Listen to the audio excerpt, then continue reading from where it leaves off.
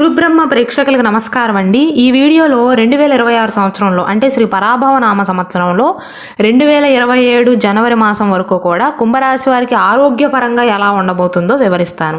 మీరు ఇప్పుడు వరకు ఎక్కడెక్కడో జ్యోతిష్యం చెప్పించుకుని నిరాశ చెంది ఉన్నారా? అయితే ఒక్కసారి గురువు గారికి ఫోన్ కాల్ చేసి చూడండి. ఎటువంటి సమస్యలకైనా ఒక్క రోజులోనే పరిష్కారం చూపుతారు. వీరి ఫోన్ నంబర్ 9542637206.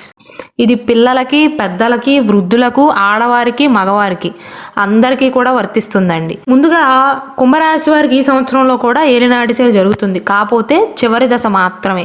రెండవ దశలో మీకు ఎక్కువగా ప్రభావం కనిపించి ఉంటుంది. మూడవ దశ అనేది చివరి దశ. దీనినే జ్యోతిష శాస్త్రం ప్రకారం రికవరింగ్ ఫేజ్ అని కూడా పిలుస్తారండి. అంటే కోలుకునే సమయం. శని యొక్క ప్రభావం అనేది పూర్తిగా పోదు, కానీ కోలుకుంటారు. శని మూడవ దశలో ఉన్నప్పుడు ఏదో ఒక పాఠాన్ని నేర్పిస్తాడండి. ఈ సమయంలో ఆరోగ్యపరంగా దేనిపైన ప్రభావం పడుతుంది అంటే ముఖ్యంగా కళ్ళు, పళ్ళు వీటి విషయంలో ఎక్కువగా ప్రభావాన్ని చూపిస్తాడు. అలాగే ఈ సంవత్సరంలో వ్యయం కాస్త ఎక్కువగా ఉంది. కాబట్టి ఆసుపత్రుల పాలవ్వకుండా, ఖర్చులు అవ్వకుండా ఆరోగ్యపరంగా మీ వంతు మీ ప్రయత్నం చేయండి. డిసెంబర్ 6వ తారీఖు వరకు రాహు జన్మంలో ఉంటాడు, కేతు ఏమో 7వ స్థానంలో ఉంటాడు. జన్మంలో రాహు అంటే మాయ అని చెప్పవచ్చు. కాబట్టి మీకు ఏమీ లేకపోయినా ఏదో జబ్బు ఉందని భ్రమపడతారు. లేనిపోని ఆలోచనలతో మనసును పాడు చేసుకుంటారు. నిద్రలేమి సమస్యతో బాధపడే అవకాశాలు ఉంటాయి. అంటే రాత్రిపూట అనవసరంగా మేల్కోవటం వల్ల ఉదయం నీరసంగా అనిపిస్తూ ఉంటుంది. లేదా నైట్ పూట పదే పదే వాష్రూమ్కి వెళ్లాల్సి రావటం కానీ, నిద్ర పట్టకపోవటం కానీ ఇలాంటివి జరిగే అవకాశాలు ఉంటాయండి. కాకపోతే ఈ సంవత్సరంలో మీరు గమనించేది ఏంటంటే రాహు యొక్క ప్రభావం వల్ల డిసెంబర్ 6వ తారీఖు వరకు కూడా ఆరోగ్యపరంగా మీకు ఏ చిన్న విషయం జరిగినా, చిన్న విషయాన్ని కూడా భూతద్దంలో పెట్టి చూస్తారు. మానసిక ప్రశాంతతను పాడు చేసుకుంటారు. కాబట్టి మానసిక ప్రశాంతత కోసం ధ్యానం తప్పనిసరి. జూన్ 2వ తారీఖు వరకు 2వ ఇంట్లో శని ఉంటాడు, 5వ ఇంట్లో గురువు ఉంటాడు. 2వ ఇల్లు అనేది ముఖస్థానం అంటారండి. కాబట్టి పంటి నొప్పి, చిగుళ్ళకు సంబంధించినటువంటి సమస్యలు రావచ్చు. 2వ ఇంట్లో శని ఉండటం వల్ల మసాలాలు, వేపుళ్ళు తగ్గించాలి. 5వ ఇంట్లో గురువు ఉండటం వల్ల తింటే ఏమవుతుందిలే అనేటువంటి నిర్లక్ష్యం అనేది పెరిగిపోతుంది.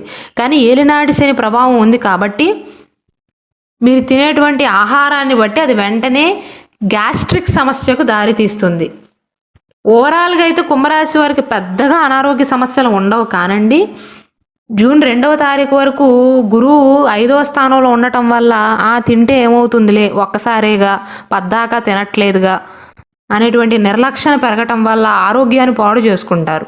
అంటే కేవలం తినే ఆహారం వల్లే ఈ సంవత్సరంలో ఎక్కువగా ఆరోగ్యం పాడయ్యే అవకాశాలు ఉన్నాయి. ఎక్కువగా మీరు ఇబ్బంది పడే సమస్య ఏంటంటే కంటికి సంబంధించినటువంటి సమస్యలు, అలాగే పంటికి సంబంధించినటువంటి సమస్యలు. జూన్ 2 నుండి అక్టోబర్ 31వ తారీఖు వరకు గురువు రోగస్థానంలో ఉంటాడు. అంటే కర్కాటక రాశిలోకి ప్రవేశిస్తాడు. ఈ 5 నెలల సమయంలో కుంభరాశి వారు ముఖ్యంగా ఎవరైతే షుగర్కి సంబంధించినటువంటి వ్యాధితో కానీ, లివర్కి సంబంధించినటువంటి వ్యాధులతో గతం నుండి బాధపడుతున్నారో వారు కొంచెం జాగ్రత్తగా ఉండాలండి. రక్తంలో చక్కెర స్థాయిలు అకస్మాత్తుగా పెరిగే అవకాశాలు ఉంటాయి. జూన్ 2వ తారీఖు వరకు చిన్న చిన్న సమస్యలు ఉంటాయండి. జూన్ 2 నుండి అక్టోబర్ 31వ తారీఖు వరకు మాత్రం ఆరోగ్యపరంగా మీరు జాగ్రత్తలు తీసుకోకపోతే ఇబ్బంది పడవలసి వస్తుంది. వైద్య ఖర్చులు పెరిగే అవకాశాలు ఉన్నాయి. చిన్న చిన్న సమస్యను కూడా పెద్దదిగా చేసుకుని డబ్బులు ఖర్చు చేసేటువంటి పరిస్థితి రావచ్చు. కాబట్టి మీ సైడ్ నుంచి మీరు జాగ్రత్తలు తీసుకోండి. జూన్ 2 నుండి డిసెంబర్ 6వ తారీఖు తర్వాత రాహు 12వ ఇంట్లోకి అంటే వ్యయస్థానంలోకి వెళ్తాడండి. కేతువేమో 6వ ఇంట్లోకి వస్తాడు. 12వ ఇంట్లో రాహు వెళ్ళటం వల్ల దూర ప్రయాణాలు చేయవలసి వస్తుంది.